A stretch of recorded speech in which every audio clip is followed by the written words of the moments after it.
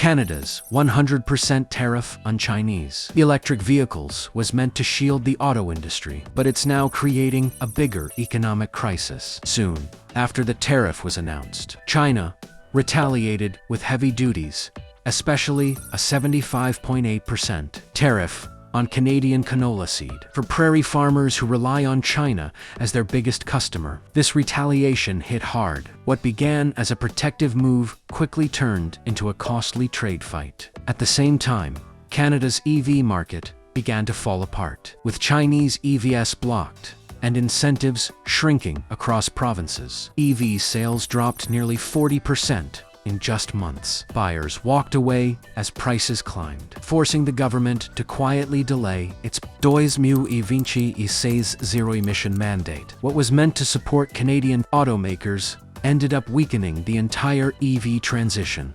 Economic pressure from farmers intensified. Unsold canola piled up, revenue collapsed, and rural communities warned Ottawa that they could not survive another season like this. As criticism grew, the federal government signaled a shift. Foreign Minister Melanie Joly and Agriculture Minister Heath MacDonald both confirmed the tariff was under review, suggesting that changes were no longer off the table. Now Canada stands at a turning point. Rolling back the tariff could reopen China's market and revive farm incomes, while also bringing affordable EVs back to consumers. But doing so risks backlash from automakers and voters in Ontario. Maintaining the tariff, however, means deeper losses for farmers and a stalled EV market. Canada must now decide whether to double down or pull back from a trade fight that is hitting the country harder than expected.